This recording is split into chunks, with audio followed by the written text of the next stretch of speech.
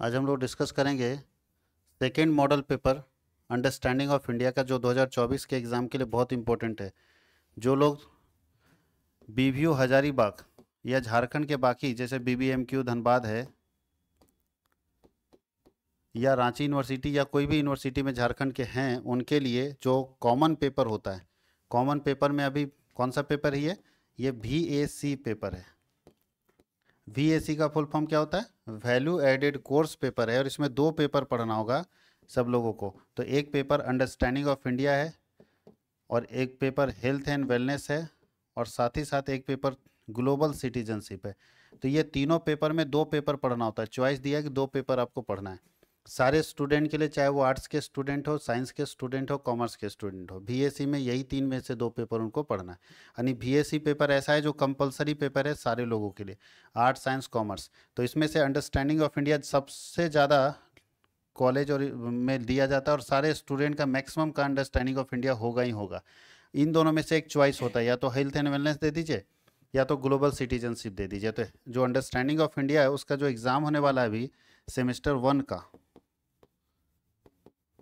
2024 में जो एग्ज़ाम होने वाला है बीबीयू के अंदर, चाहे वो आर्ट्स का बच्चा हो या साइंस का बच्चा हो या कॉमर्स, सबके लिए इम्पोर्टेंट है ये मॉडल पेपर।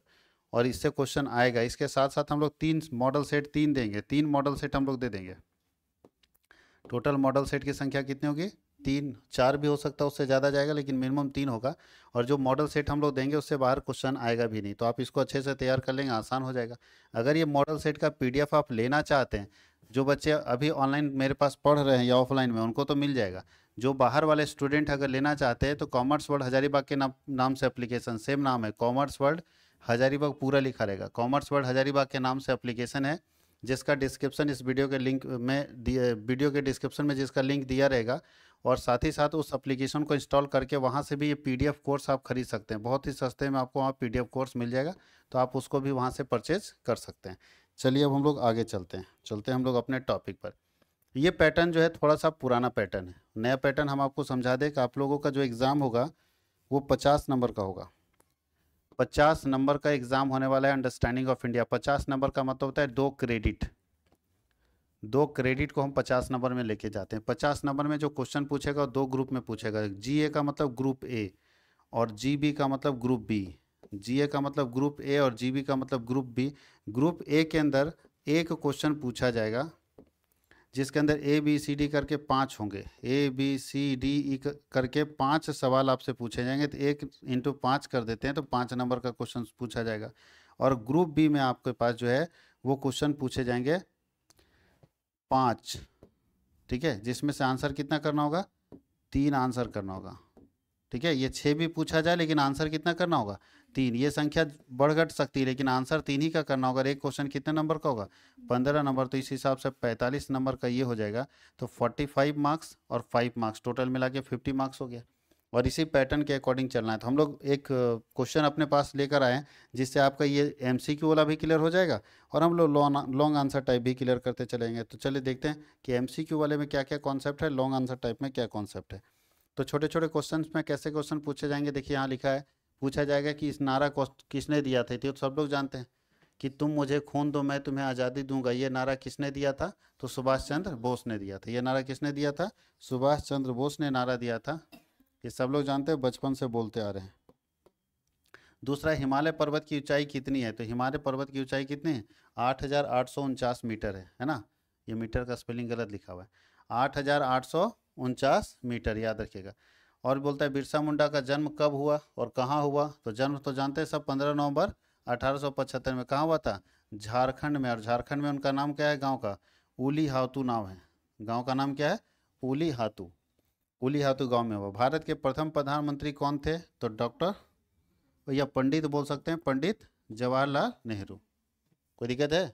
डॉक्टर भी थे लेकिन पंडित जवाहरलाल नेहरू ये वकील थे, और ये भारत के प्रथम प्रधानमंत्री हैं। कांग्रेस के ये अध्यक्ष थे और उसके कारण इनको पहला प्रधानमंत्री बनने का मौका मिला। और कांग्रेस जो आज हमारे देश में चल रही है उसके एक सदस्य थे। झारखंड की स्थापना कब हुई, यानी झारखंड बिहार से कब अलग हुआ? तो 15 नवंबर 2000 ईस्वी को झारखंड बिहार से क्या हुआ? अलग हो गया। झारखंड क्यों नाम पड़ा था? तो जंगल झाड़ के कारण यहाँ उस प्रदेश का क्या नाम पड़ गया? झारखंड। अब देखिए लॉन्ग आंसर जब क्वेश्चन आएगा, ये तो शॉर्ट आंसर टाइप क्वेश्चन समझ गए, छोटे छोटे क्वेश्चंस। लॉन्ग आंसर टाइप जो क्वेश्चन आएगा उसमें कैसा क्वेश्चन होगा? तो लॉन्ग आंसर टाइप क्वेश्चन में एक क्वेश्चन आ सकता है, स्वतंत्रता का संघर्ष के बारे में व्याख्या कीजिए। Explain the struggle of freedom, कि भाई हमारे देश जो आज़ाद आज़ाद हुआ, क्या लगता है वो आसानी से मिल गया? गांधी जी के सिर्फ चरखा चलाने से मिल गया? नहीं, उसका जो पूरा स्ट्रगल है उसको आपको लिखने बोल रहा है। तो अब इस स्ट्रगल को लिखने से पहले आप ये चीज़ ध्यान दीजिए कि अगर भारत की आज़ादी आपको देखनी है तो दो पार्ट में बांटना होगा। भारत की आज़ादी को कितना पार्ट में बांटना होगा? दो। जो हम लोगों को फ्रीडम मिला ना, जो हम लोगों को फ्रीडम मिला वो दो पार्ट में आप देख लीजिए, इसको पढ़िए। पहला, नेशनल लेवल के लीडर कौन कौन है? यहाँ पे क्या लगता है, सिर्फ महात्मा गांधी के मेहनत करने से आज़ादी मिल गई, अंग्रेज चल गया? इतना शरीफ तो नहीं था, अगर होता तो पहले चल जाता। और कुछ जो है वो लोकल लोग जो है, लोकल लीडर थे जिसके कारण फ्रीडम मिला। यानी फ्रीडम में ऐसा नहीं कि नेशनल लीडर ही रोल प्ले कर रहे थे, उसमें लोकल लीडर बहुत सारे ऐसे हैं जो रोल प्ले कर रहे थे, अपने अपने क्षेत्र में अच्छा काम कर रहे थे, अपने अपने क्षेत्र में अंग्रेजों का हालत ख़राब करके रखा था। तब अंग्रेज को लगा ना कि सिर्फ हमको नेशनल में जो है हमको बार बार संघर्ष नहीं करना पड़ रहा है, लोकल में जहाँ जाते हैं वहीं से हमको संघर्ष करना पड़ता है। और शायद लोकल में संघर्ष के बाद उसको लगा कि हमारा नींव कमज़ोर हो चुका है, जहाँ जाओ वहीं संघर्ष मिले, जहाँ जाओ वहीं संघर्ष मिले, मतलब नौजवान जाग गया, हमारा नींव कमज़ोर हो गया, निकल जाने में फ़ायदा है। इसलिए वो पहले अनाउंस कर दिया था कि हम 14 अगस्त को निकल जाएंगे। ठीक है, 14 अगस्त को हम निकल जाएंगे भैया। और आप अपना वो सारा सिस्टम सेटअप करके 14 अगस्त को पहले पाकिस्तान को आज़ाद कर दिया और उसके बाद 15 अगस्त को हम लोगों को आज़ाद कर दिया। वो पहले से डिसाइड किया था, 1 साल पहले बता दिया था कि हम इस डेट में पूरा अंग्रेजी हुकूमत जो है इस देश को छोड़ के हम लोग अपने देश में जाने वाले हैं, क्योंकि अब हर जगह विरोध का सामना करना पड़ रहा है। तो दो तरह के लीडर थे, एक नेशनल लीडर जिसमें महात्मा गांधी का नाम आप जानते हैं, जवाहरलाल नेहरू का नाम जानते हैं, ठीक है, सुभाष चंद्र बोस का नाम जानते हैं, लाला लाजपत राय का नाम जानते हैं, बहुत सारे ऐसे। और लोकल लीडर हमारे, अगर झारखंड के, चूँकि हम लोग पढ़ रहे हैं झारखंड के बारे में कि झारखंड के लोग क्या क्या आज़ादी में रोल प्ले किए, तो इसमें आपको बिरसा मुंडा का नाम पता है, इसमें सिद्धू कानू का नाम पता है, इसमें जतरा भगत का नाम पता है, कोई दिक्कत है? तो ये इसमें और किसका, बहुत सारे ऐसे लीडर्स थे जिन्होंने लोकल लेवल पर, लेकिन 3-4 लीडर जो है, ठीक है, वो इसमें, जैसे जबरा पहाड़िया था, इसमें ज़बरदस्त रोल प्ले किए। तो उन लोगों के कारण भी हम लोगों को आज़ादी मिली। तो आज़ादी में दो तरह के लोगों का रोल है, एक है जो नेशनल लेवल के लीडर थे और एक है जो लोकल लीडर थे, जिनका उतना नाम तो नहीं फैला, लेकिन फिर भी वो अपने तरफ से, जैसे भगत सिंह, पूरे देश में वो काम नहीं किए, वो एक लोकल क्षेत्र में थे, लेकिन फिर भी वर्चस्व पूरा देश में फैला क्योंकि कारनामा ऐसा था। तो कुछ लीडर थे जो लोकल लेवल में होते हुए भी ऐसा काम किए, जो जो लोग दूर दूर दूर तक, जैसे उधम सिंह का नाम सुने होंगे, जाके असेंबली में बम फोड़ दिया, नॉर्मल लड़का है, उसको जालियांवाला बाग हत्याकांड में इतना मतलब बुरा लगा कि ऐसा नहीं करना चाहिए, लोगों को घेर के मारना ठीक बात नहीं है। वो उसको पीछा कर रहा था कि जनरल डायर जहाँ भी मिलेगा वहीं मारेंगे, और सिर्फ उसका पर्पस था कि हमको, क्योंकि किसी को मारना पर्पस नहीं था, मारना अगर पर्पस होता तो बम फोड़ देता सीधा पब्लिक प्लेस में, लेकिन पब्लिक प्लेस में नहीं फोड़ा, उसका सिर्फ एक ही पर्पस था कि उसको मारना है। तो ऐसे बहुत सारे लोग थे जो क्या कर रहे हैं क्या नहीं कर रहे, सिर्फ ये चीज़ ध्यान था कि छोटे छोटे लीडर का बस एक ही काम था कि हमको कैसे फ्रीडम चाहिए, कैसे हमको आज़ादी चाहिए। तो जो लोकल लीडर हैं और नेशनल लीडर, दोनों के बारे में हम लोग यहाँ पे पढ़ेंगे। तो चलिए एक करके देखते हैं, यही बात यहाँ लिखा है। और कब से शुरू हुआ था आज़ादी की पहली लड़ाई, कब शुरू हुई थी?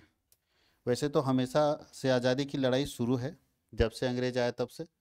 कोई दिक्कत है? अंग्रेज 17वीं शताब्दी में आया था, तब से आज़ादी की लड़ाई थी, फ्रीडम का लड़ाई चल रहा था, लेकिन वो छोटे छोटे पैमाने पर था, बड़े पैमाने पर था नहीं, इसलिए इसको बहुत बड़ा आप नहीं बोल सकते और इसको याद भी नहीं रखा जा सकता। लेकिन जो सबसे बड़ा आंदोलन चला था वो कब चला था? 1857 में। इसलिए लोग मान लेता है कि उससे पहले तो हम लोग दबे कुचले थे, एक एक करके लड़ते थे अंग्रेज से, जो सक्षम संभव नहीं था उससे जीत पाना। लेकिन 1857 में बड़ा क्रांति हुआ, और जब वो क्रांति हुआ, अंग्रेजी हुकूमत का नींव हिला दिया कि अब लगता है हमको उखाड़ फेंक देगा। और 100 साल भी नहीं लगा, उससे पहले उखाड़ के फेंक दिया। बात समझ गए? 1857 के बाद 100 साल भी नहीं लगा, 1957 नहीं, 1947, 90 साल उसके बाद रहने दिए। और 90 साल बहुत होता है, फिर भी अंग्रेजी हुकूमत 90 साल तक शासन किया हमारे देश में। समझ में आ रहा है कि 90 साल तक हम लोग गुलाम थे। लेकिन एक समय था कि हम लोग 90 साल तक गुलाम होने के बावजूद भी आज़ादी मिली। उसके आगे क्या लिखा है, 1947 के बीच जितने भी प्रयत्न हुए हैं उनमें सबको आप बोल सकते हैं कि आज़ादी की लड़ाई 1857 से 1947 के बीच में जितना हुआ है, कहीं छोटा युद्ध कहीं बड़ा युद्ध, जो भी हुआ है सबको हम लोग बोल सकते हैं कि आज़ादी की लड़ाई में सबका रोल है, और सारा ये आंदोलन जो हुआ आज़ादी की लड़ाई में हुआ है। ठीक है, आज़ादी के लिए ही लड़ाई हुआ है चाहे जो हो। बोलता है सेलुलर जेल की काल कोठरी से लेकर, ठीक है, क्रांतिकारियों के मनोबल को नहीं तोड़ पाई। इतना खतरनाक सेलुलर जेल था, उसका काल कोठरी, मौत का पानी, मतलब क्या बोलते हैं, मौत का सज़ा मिला, किसी को फांसी पर लटका दिया गया, किसी को काला पानी का सज़ा हुआ, लेकिन फिर भी जो हमारे महापुरुष थे और जो हमारे आज़ादी के नायक थे उनका इरादा डोलने वाला नहीं था। बोलता है कि क्रांतिकारी आंदोलन का समय समानता लोगों ने सन 1857 से 1942 तक माना है कि 1942 तक खूब युद्ध हुआ। श्री कृष्ण सरल का मत है कि इसका समय 1757 अर्थात प्लासी के युद्ध के से 1961 गोवा मुक्ति तक मानना चाहिए। ये विद्वान है, इनका कहना है कि नहीं, हम आज़ादी की लड़ाई ऐसे कैसे बोल सकते हैं कि 1947 में ख़त्म हो गई, 1947 में आज़ादी की लड़ाई ख़त्म नहीं हुई। आज़ादी की असली लड़ाई कब ख़त्म हुई? 1961 में, क्योंकि गोवा जब हम मुक्त करा लिए तभी ना आज़ाद हुए। कुछ क्षेत्र था जिसको नहीं छोड़ के गया था वो लोग। बहुत समस्या, 1947 में हम लोग फुल फ्लेज आज़ाद नहीं हुए थे। हम लोग आज़ाद अलग अलग तरीके से हुए। गोवा मुक्त नहीं था, गोवा फ्री हम लोग के पास नहीं था, गोवा दूसरे के कब्जे में था, उससे लड़ के लिए 1961 में। उसके बाद अब आप देखो पाकिस्तान को दो पार्ट में उसमें बटा हुआ था, पूर्वी पाकिस्तान पश्चिमी पाकिस्तान। तो जो पूर्वी पाकिस्तान था ना, ये जो पूर्वी पाकिस्तान देख रहे हो, वो पहले पहले पूर्वी पाकिस्तान था, अभी उसका नाम बांग्लादेश हो गया। उसको 1971 में भारत छीना पाकिस्तान से और उसको एक अलग प्रांत बना दिया। उसके पीछे अलग कहानी है, वो इंदिरा गांधी का एक बहुत बड़ा फैसला था कांग्रेस सरकार का कि पाकिस्तान जो पूर्वी है उसको हटा के और उसको बांग्लादेश एक नया देश घोषित कर देना। तो ये आज़ादी तो बांग्लादेश की, तो बांग्लादेश कब आज़ाद हुआ है? 1971 में, उसी समय जन्म ही लिया है, उससे पहले तो पाकिस्तान के नाम से जाना जाता था। तो याद रखिएगा 1961 इसलिए क्योंकि गोवा हम लोग उसी समय मुक्त कराए थे, उससे पहले गोवा 1947 में आज़ाद नहीं हुआ है। गोवा जो हमारा राज्य है 1947 में आज़ाद नहीं हुआ है। और 1757 इसलिए क्योंकि पलासी का युद्ध हुआ था, उसमें वहां से अंग्रेजी हुकूमत का नींव हिला था। सन 1961 में गोवा मुक्ति के साथ ही भारतवर्ष पूर्ण रूप से स्वाधीन हो गया, यानी पूरा आज़ाद जो भारत का जो नक्शा आप देख रहे हैं वो संपूर्ण आज़ादी जो हम लोगों को मिली है वो माना जाता है 1961 से मिली, उसके पहले नहीं मिली थी। बात समझ गए? उसके पहले बहुत सारा विवाद था। जब 1947 में कोई भी देश जब अलग होता है और बंटवारा होता है तो बहुत सारे विवाद होते हैं, धीरे धीरे सुलझते चले जाते हैं। तो जब भारत पाकिस्तान का बंटवारा हुआ था तो बहुत सारे विवाद हो गए थे और वो धीरे धीरे करके सुलझता चला गया, क्योंकि जब हम लोगों के साथ चीन का भी समस्या है तो चाइना का समस्या अलग, पाकिस्तान का समस्या अलग है। तो ये सारे लोगों के साथ अपना बॉर्डर डिस्प्यूट ठीक करते करते करते करते भारत सरकार को टाइम लगा। उससे ज़्यादा टेंशन वाला जो चीज़ था कि 1947 में जब हम आज़ाद हुए तो हमारे यहाँ ज़मींदारी प्रथा थी। अब ज़मींदारी प्रथा में क्या है कि सारा राजा है, अब राजा महाराजा के पास ज़मीन है। अब हम लोगों को लेके आना है, भारत जब आज़ाद हुआ तो भारत को लोकतंत्र बनाना चाहिए। तो सरकार के पास टेंशन है कि भारत को लोकतंत्र कैसे बनाएंगे। यहाँ तो राजतंत्र है कि राजा का बेटा राजा बनेगा, दूसरा तो बन ही नहीं सकता। प्रजा में इतना हिम्मत नहीं कि वो राजा बन जाए, राजा राजा का बेटा बनेगा। और भारत को लोग डेमोक्रेटिक कंट्री बनाने वाले थे क्योंकि संविधान हमारे यहाँ लग गया 1949 में। क्या करना चाहिए बताइए आज़ादी के बाद? सबसे बड़ा चैलेंज सरकार के पास था कि जो हमारे पास 500 से ज़्यादा रियासत थी, 500 से ज़्यादा राजा थे, उनके रियासतों को कैसे हम मिलाएं और भारत को एकजुट बनाएं। क्योंकि 500 ये देश नहीं था भारत, जो भारत का नक्शा देख रहे हैं वो भारत था ही नहीं, वो 500 टुकड़े में बटा हुआ था। राजा महाराजा तो युद्ध करते थे ना, ये राजा उससे खफा है, उसके साथ युद्ध करा, उसके साथ। तो क्या लगता है सारे राजा दोस्त थे? इसका मतलब 500 टुकड़े में बटा हुआ था भारत, 500 से ज़्यादा टुकड़े में।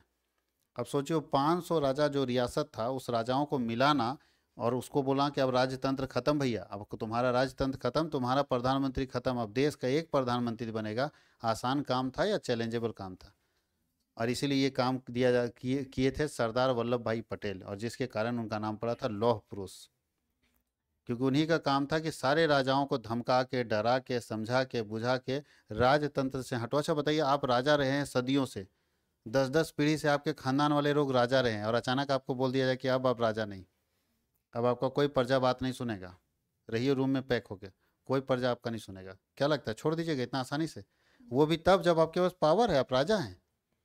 आपके पास अपना, भारत सरकार के पास अपना लड़ने वाला लड़ाकू लड़का लोग भी नहीं था, क्योंकि आज़ादी मिली थी। तो नया नौजवान को भर्ती करेंगे तब ना पुलिस होगा।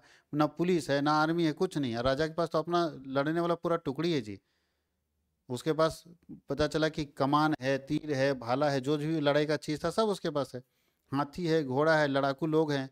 राजा के पास तो सेना है, और सरकार के पास सेना नहीं है। फिर भी राजा को बैठाना पड़ा। ये चाहे डरा के, धमका के, समझा के, बुझा के, कुछ लोग नौटंकी कर रहे थे उनको धमकाया गया, कुछ लोग नहीं मान रहे थे उनको समझाया गया, और ये काम सरदार वल्लभ भाई पटेल किए।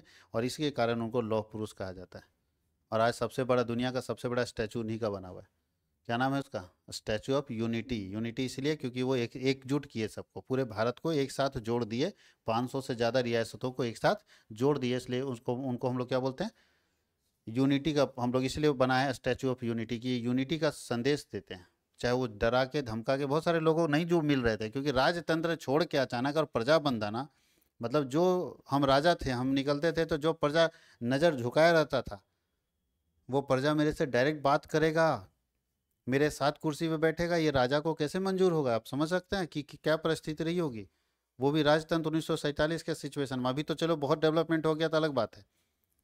जो प्रजा मेरे सामने कुछ बोल नहीं सकता था वो हमको बोलेगा। लेकिन फिर भी सेक्रीफाइस करना पड़ा। सबसे ज़्यादा परेशानी हुई मिलाने में हैदराबाद के निज़ाम के साथ। वो आप लोग देखे भी होंगे, फिल्म में बहुत बार आया कि हैदराबाद के निज़ाम को मिलाना बहुत चैलेंजेबल था। वो हैदराबाद कहाँ, किस जगह में देख रहे हैं नक्शे में, भारत के नक्शे में? इस जगह में इधर दिखता है।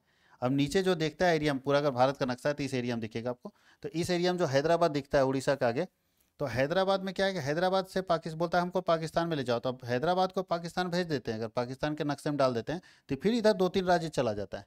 अब बीच वाला चीज़ कोई बोलेगा कि हम पाकिस्तान में जाएंगे, तो ऐसे कैसे होगा? पूरा भारत तुम्हारा बीच वाला बोलेगा। अब उत्तर प्रदेश यहाँ पे एकदम दिल्ली जहाँ रहता है किसी आदमी का नक्शे में, अभी बोलेगा हम पाकिस्तान में जाएंगे, तो कैसे जाओगे भैया पाकिस्तान में? तुमको अगर हम पाकिस्तान का बॉर्डर में ढकेल दें तो इधर का राज्य सब पाकिस्तान में चल जाएगा। तो उसको डराया गया, धमकाया गया। ठीक है, कि अब वो डरा रहा था कि हमारे पास इतना सैनिक है, इतना पैसा है, ये करेंगे वो करेंगे। तो सरदार जी बोले कि आप अगर ये कीजिएगा उसमें हम क्या चुपचाप बैठे रहेंगे? आप सोचिए कि आप अगर ये करिएगा तो हम क्या कर सकते हैं। पूरा डराया धमका के तो फिर उसको मिलाए, तो हैदराबाद फिर भारत के अंदर आ गया। और एक मामला जो फंसा हुआ था वो राजा हरी सिंह का था, जो कहाँ है? जम्मू एंड कश्मीर, जो अभी तक विवादित रह गया। ये राजा हरी सिंह मिलने के तैयारी नहीं, सब मिल गया, डरा धमका के सबको मिला मिला दिया गया, लेकिन जम्मू कश्मीर में राजा हरी सिंह नहीं मिल पाए। इनका सपना था कि हमारा राजतंत्र चल जाएगा ना, तो ऐसा करो जम्मू कश्मीर को नया देश बना दो। समझ में आया ना? इनका सपना क्या था? सो नया देश बनेगा तो क्या होगा? प्रधानमंत्री यही न बनेंगे ना जी। जब नया देश बनेगा तो प्रधानमंत्री के चक्कर में रह गए। अभी प्रधानमंत्री बनने के चक्कर में बोले कि हमको जम्मू कश्मीर को नया देश बनाना है। सरकार बोली कैसे नया देश बनेगा, छोटा सा तो हो भाई, जम्मू कश्मीर तो छोटा ही है, नया देश कैसे बना देंगे तुमको? या तो भारत के अंदर आए ना, या तो पाकिस्तान। तो उसमें अंग्रेज का जो लास्ट वाइसराय था, लॉर्ड माउंटबेटन, तो वो क्या क्या बैठाया दोनों को और पूछा आप बताओ कि आप पाकिस्तान की तरफ जाना चाहोगे या हिंदुस्तान की तरफ जाना चाहो? तो ये जो राजा साहब थे वो कहीं जाने के लिए तैयार नहीं थे। बोले ना पाकिस्तान में जाएंगे। भाई बंटवारा होता तो पूछा जाता कि आपका एरिया है, आप राजा हैं, तो बताइए आप किधर जाना पसंद करते हैं। अगर आपको लगता है कि धर्म के आधार पर जब देश का दो बंटवारा हो गया, तो उसमें कि पाकिस्तान एक बन गया और एक हिंदुस्तान बन गया, तो आप किधर जाना चाहेंगे? भाई ये राजा कहीं जाने को तैयार नहीं। और ये इसी तरह जिद पर अड़ा रह गया ये राजा, जिसके कारण लास्ट में वो अंग्रेज का जो ना माउंटबेटन था वो छोड़ के चला गया। बोला तुम्हारा मामला अब हम नहीं सलट पाएंगे। और वही हुआ कि जैसे छोड़ के वो गया, पाकिस्तान से बहुत सारे कबाली लोग इसमें अटैक कर दिए। उसमें पाकिस्तान के आर्मी का भी साथ था, सरकार का भी साथ था, जीना साहब का। अब वो अटैक कर दिया और पाकिस्तान का ये जो जम्मू कश्मीर का एरिया है वो कैप्चर करने लगे, घुसने लगे। अब राजा हरी सिंह को जब पता चला, तो राजा हरी सिंह जो है वो तुरंत भारत सरकार ने नेहरू जी को इन्फॉर्मेशन भेजे, वल्लभ पटेल को, उसमें गृह मंत्री वही थे, कि भैया ऐसे ऐसे बात है, हम भारत के साथ मिलने के लिए तैयार हैं, हम सब सिग्नेचर कर देंगे, लेकिन बचा लो। तो फिर भारत का सेना गया, रात में लैंड किया। उस ज़माने में जब कोई वहाँ पे समझे कि विमान को लैंड करने के लिए, एयरक्राफ्ट को लैंड करने का कोई जगह नहीं था, तो वहाँ लैंड किए रात में। और रात में जब आर्मी यहाँ से घुसना शुरू कर दिया, तब क्या हुआ कि जो कबाली लोग अंदर घुसा था वो बाहर निकला, धक्का मार मार के आर्मी के लोग ऐसे यहाँ तक पहुँचा दिया। अब यहाँ तक पहुँचा दिया तो फिर युद्ध विराम हो गई। यही गलती हुआ नेहरू जी से, जिसके कारण नेहरू जी को बार बार ताना सुनना पड़ता है कि आप रोके क्यों, जब हम चढ़ रहे हैं तो रोके क्यों। जब मेरा आर्मी जो है वो मार नहीं खा रहा है, मार के भगा रहा है इसको, यहाँ तक घुस गया था, आधा तक घुस गया था, मार के भगा रहा है, तो इतना दूर काहे छोड़े, इतना दूर भी मार के भगा देता, पूरा जम्मू कश्मीर आप फ्री कर देते हैं। अब इस समय क्या किए पता नहीं नेहरू जी को क्या लगा, वो युद्ध विराम कर दिए, ठीक है युद्ध रोक देते हैं। तो युद्ध रोक देते हैं इसका मतलब क्या है, जो जिस जगह पे पड़ा है उसका न हो गया। तो इसीलिए इसको बोलते हैं पीओके। पीओके मतलब, और ये हो गया जम्मू कश्मीर, इसको हम लोग जम्मू कश्मीर बोलते हैं। पीओके मतलब होता है पाकिस्तान ऑक्युपाइड कश्मीर, यानी कश्मीर का वह हिस्सा जो पाकिस्तान के कब्जे में है, इसलिए इसको पीओके बोलते हैं। यही पीओके का एरिया है। उस दिन अगर नहीं रोकते तो मेरा पूरा जम्मू कश्मीर फ्री हो जाता, तो जो हम पाकिस्तान को जगह दिए तो वही पाकिस्तान अपने जगह पे रह जाता, और मेरे जगह में नहीं घुसता। लेकिन उस समय हमारे जगह में घुस गया, और यही है पीओके, जिसका विवाद आज तक चलता रहता है। और भारत सरकार कभी कभी बोल भी देती है कि मेरा है, हम लेके रहेंगे, चाहे मानना पड़े, जो करना पड़े हम लेके रहेंगे, पीओके मेरा है, ये हमारा है ऐसा। क्योंकि राजा हरि सिंह सिग्नेचर किया है, और सिग्नेचर करके वहाँ साफ लिखा हुआ था राजा हरि सिंह के मामले में कि पूरा जम्मू कश्मीर भारत का हिस्सा है। तो जब वो खुद लिख के गया एग्रीमेंट में, तब क्या होगा। हम लोग का गांव में नहीं जमीन का विवाद होता है कि मेरे पिताजी लिख के गए कि सारा हिस्सा इसका होगा, अब दूसरा आदमी चढ़ गया, तो चढ़ गया तो मारपीट होता है कि किसी तो उसको भगाओ। और उस समय कोई पंचायत में मुखिया जी आ गए कि नहीं नहीं कोई बात नहीं, अब जो है रहने तो, मारपीट से क्या होता है। तो जो 3 इंची चढ़ा हुआ घर वाला वैसे ही रह जाता है कि नहीं, उसी तरह से यहाँ है। बात समझ गए। यही है पीओके, पाकिस्तान ऑक्युपाइड कश्मीर की भारत का हिस्सा है लेकिन पाकिस्तान के कब्जे में। उसी तरह से चीन भारत के हिस्से के अरुणाचल प्रदेश, जो हमारा भारत का हिस्सा है, राज्य है चीन के बाउंड्री पर, तो अरुणाचल प्रदेश का बहुत सारा जमीन जो है वो चीन कब्जा कर लिया है। उसको अक्साई चीन बोलता है, वो बोलता है ये मेरा हिस्सा है और भारत का जमीन है। और चीन दुनिया के सामने यह हल्ला करता है कि चीन के जमीन पर भारत चढ़ा हुआ, जबकि भारत कभी चढ़ना ही पसंद नहीं करता है।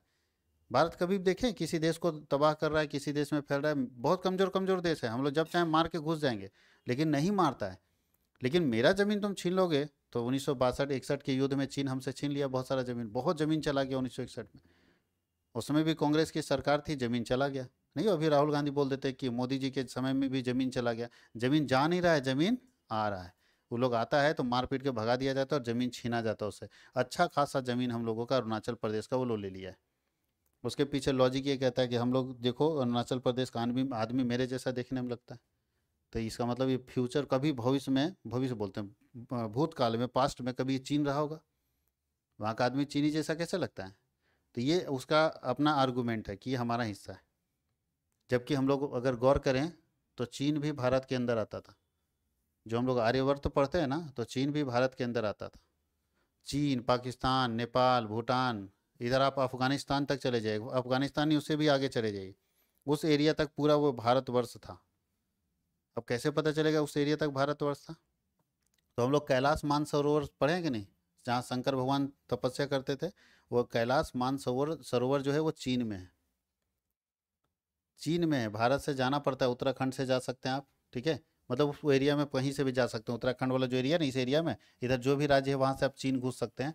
तो कैलाश मानसरोवर जो है आज भी है, और दुनिया का सबसे मीठा जल वहीं पे मिलता है, ठीक है। वो मीठा जल का पूरा वहाँ समझिए कि बड़ा सा तालाब है, तालाब नहीं बोल सकते हैं उसको, बड़ा सा झील बोलिए या जो भी लिए, सबसे मीठा और सबसे स्वच्छ जल है वहाँ, कैलाश मानसरोवर।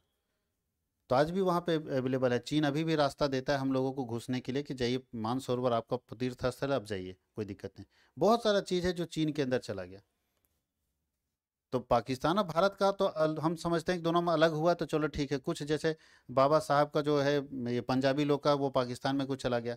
जैसे मुस्लिम लोगों का देखें तो जो है मज़ार वगैरह सब भारत में आ गया, तो बहुत सारे लोग यहाँ आते हैं दरगाह में दर्शन करने के लिए। तो लोग अलग बात है, चलो भारत पाकिस्तान हुआ तो कुछ अच्छा चीज़ उधर चला गया, कुछ अच्छा चीज़ यहाँ चला गया।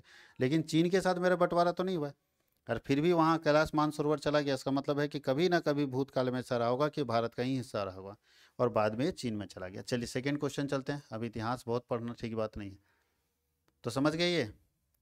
ऐसे छोटा सा यहाँ आंसर लिखा हुआ है, बहुत छोटा है, लेकिन आपको क्या करना है, आपको पूरा का पूरा आज़ादी के बारे में, चाहे भारत, अब उतना लिखेंगे तो 10 पेज चल जाएगा। लेकिन सिर्फ आप दो पार्ट में बांट देना कि राष्ट्रीय स्तर पर कौन कौन से नेता आज़ादी के लिए काम कर रहे थे और राज्य स्तर पर कौन कौन से नेता आज़ादी के लिए काम कर रहे थे। कोई दिक्कत है? अब लिखा है भारत में भारतीय शिक्षा और इसके विकास का वर्णन करें। भारतीय शिक्षा और इसके विकास का वर्णन करें। बोल रहा है इस लेख में प्राचीन काल से लेकर आधुनिक काल तक भारतीय शिक्षा का इतिहास एवं विकास का अध्ययन करेंगे। जैसा कि हम जानते हैं कि भारतीय शिक्षा का इतिहास, दुनिया में सबसे पहला शिक्षा का जो स्तर है या शिक्षा का जो कार्यक्रम चला है वो भारत के अंदर चला है। देखिए भारतीय शिक्षा कब से चल रहा है? वैदिक काल से। भारतीय शिक्षा कब से चल रहा है? वैदिक काल में शिक्षा के मुख्य उद्देश्य संस्कारों का विकास करना, आत्मा की पवित्रता का विकास करना और व्यक्तित्व का विकास करना, सामाजिकता का विकास करना, नागरिकता का ज्ञान प्रदान करना, संस्कृति का संरक्षण करना और प्रसार करना, जीविकोपार्जन के लिए तैयार करना था। कितना चीज़ है? शिक्षा का मतलब है सबसे पहला चीज़ क्या होना चाहिए? संस्कार आपके अंदर विकसित हो। पहला काम है शिक्षा का मतलब संस्कार आपके अंदर विकसित हो, आत्मा पवित्र हो।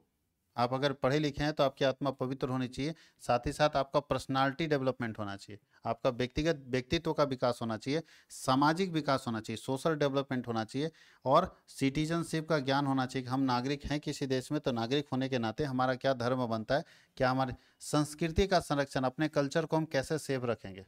जो भी कल्चर है, जिस धर्म को हम मानते हैं तो अपने धर्म में अपना कल्चर होगा ना, उसको हम कैसे सुरक्षित रखेंगे और उसका प्रसार करेंगे, लोगों तक उस कल्चर को, सिस्टम को फैलाएंगे। ये है एजुकेशन। हम लोगों को इतना सारा चीज़ नहीं मिलता है, बस हम लोग खाली उतना ही पढ़ते हैं जितने में पैसा कमा सकें, बाकी ये सब चीज़ नहीं मिलता।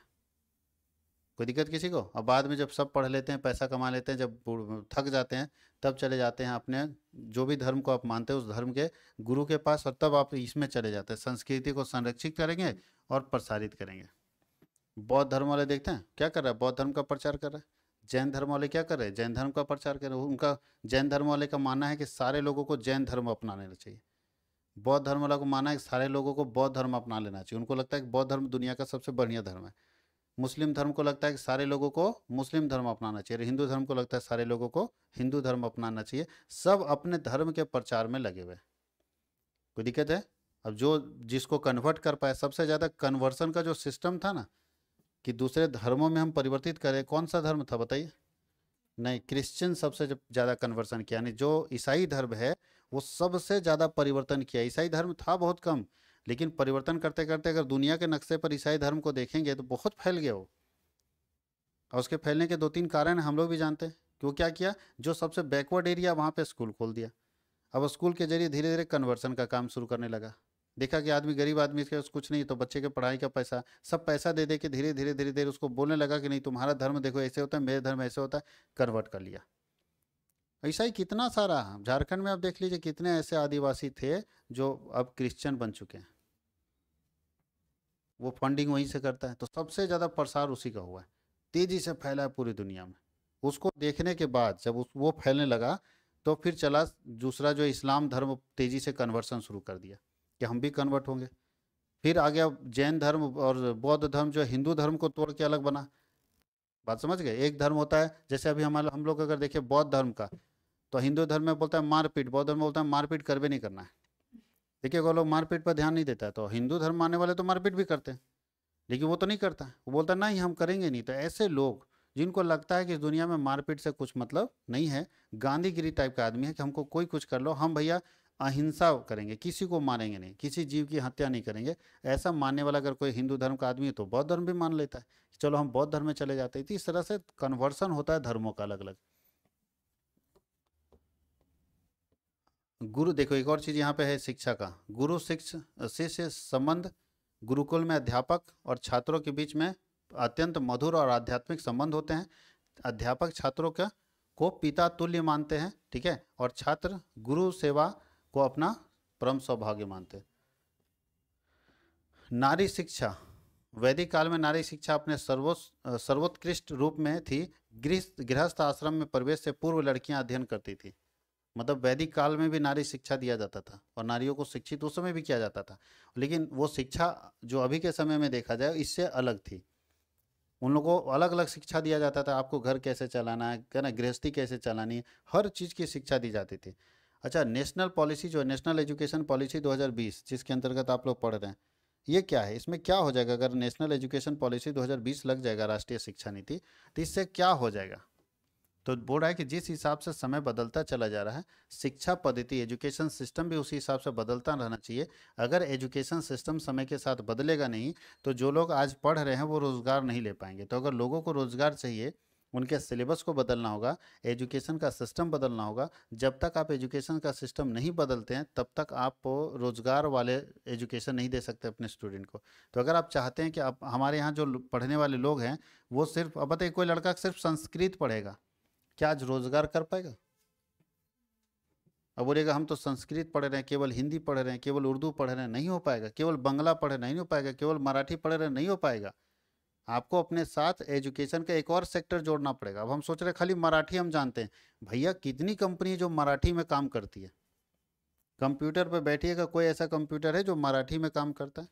आप कैसे संभाल पाओगे वहाँ पे? तो आपको क्या करना होगा, आप जो मानते हैं एक शिक्षा जो आप लोकल लैंग्वेज में पढ़ते हैं, कोई तकलीफ नहीं, आप कोटा पढ़िए, आप भोजपुरी पढ़िए, आप उर्दू पढ़िए, आप इंग्लिश पढ़िए, लेकिन आपको उसके साथ साथ बाकी नॉलेज भी रखना होगा। नहीं तो सिर्फ एक केवल सब्जेक्ट को पढ़ के आप सोचते हैं कि इसमें हम बहुत आगे बढ़ जाएंगे, तो आज के समय में वो रोज़गार नहीं दे रहा है। तो 2020 से पहले जो एजुकेशन पॉलिसी चल रहा था, उसमें नियम क्या था कि सिर्फ पढ़ा देना है बच्चे को। सब्जेक्ट का चॉइसिंग अजीब था, और वो सब्जेक्ट का चॉइसिंग बहुत पहले से चल रहा था, वही सब्जेक्ट का चॉइसिंग वहाँ चल रहा था। यानी आप जो सब्जेक्ट लेना है लीजिए, आपको पढ़ने बाद कुछ मिलने वाला है नहीं।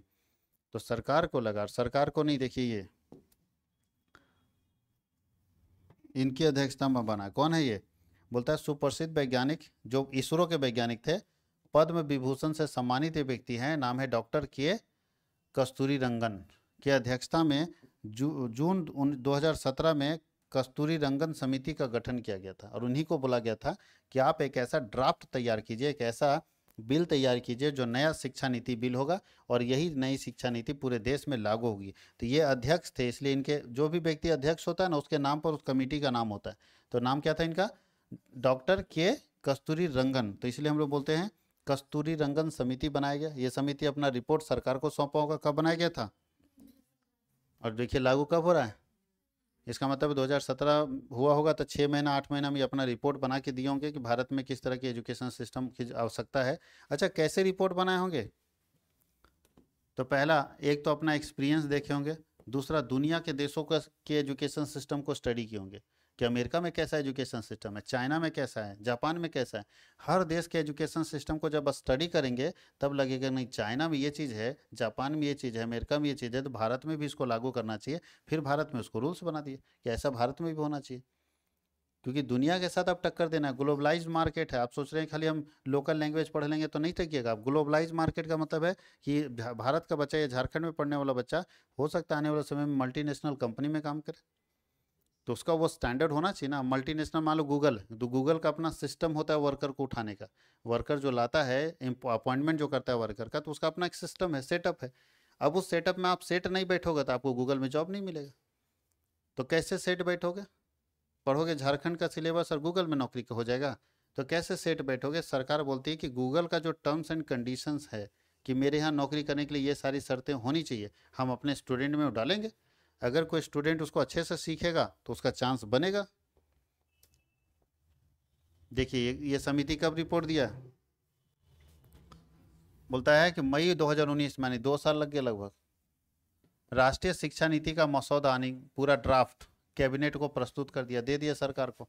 अब केंद्र सरकार 34 वर्ष पुरानी राष्ट्रीय है ना शिक्षा नीति जो 1986 में आई थी, यानी 1986 से एक ही सिलेबस चल रहा था, उसको क्या किया? बदल दिया और बना दिया राष्ट्रीय शिक्षा नीति 2020। कब? 29 जुलाई 2020 को मंजूरी दे दिया। इसका मतलब है कि हम लोग जो शिक्षा पद्धति 9-10 में पढ़े हैं बचपन से, वो कौन सा शिक्षा पद्धति था? 1986 वाला। अब सोचिए 1986 का भारत कैसा रहा होगा, उसमें तो कंप्यूटर भी नहीं आया था। तो जो शिक्षा पद्धति बना था वो यही बना था।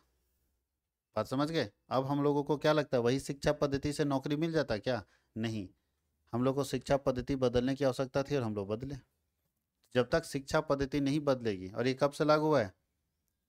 मतलब है, बोलता है कि राष्ट्रीय शिक्षा नीति 2020 जो है 21वीं शताब्दी का पहला शिक्षा नीति है और ये पूरे भारत में भी लागू नहीं पाया, कुछ कुछ कंडीशन से धीरे धीरे इसको पूरे भारत में लागू कर दिया जाएगा और इसी के आधार पर एजुकेशन अब मिलने वाला है। और जितनी नौकरियां अब आएगी नई शिक्षा नीति के अंतर्गत, जो लोग पढ़े हुए हैं इसी से जॉब मिलेगा। पुराना जो एजुकेशन सिस्टम से पढ़ा हुआ व्यक्ति है यहाँ पे नौकरी लेना उसके लिए चैलेंजेबल हो जाएगा, क्योंकि लिखा रहेगा कि ये आपको चाहिए ही, नई शिक्षा नीति के अंतर्गत इतना चीज़ आपको चाहिए ही चाहिए।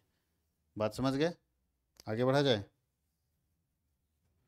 अब हम लोगों को एक और क्वेश्चन देखना है एक, तो ये हम लोग अगले क्लास में देखेंगे। लॉन्ग आंसर टाइप क्वेश्चन जो है ना यहाँ पे कम है, लेकिन अभी हम लोग आंसर कर रहे तरीके से, तो क्वेश्चन और आंसर इतना तरीके से रहेगा कि ये पढ़ने में भी मजा आएगा और खुद भी पढ़ के आप इसका आंसर कर सकते हैं। इतना ईजी कर दिया जाएगा कि खुद भी पढ़ के आप इसका आंसर कर सकते हैं।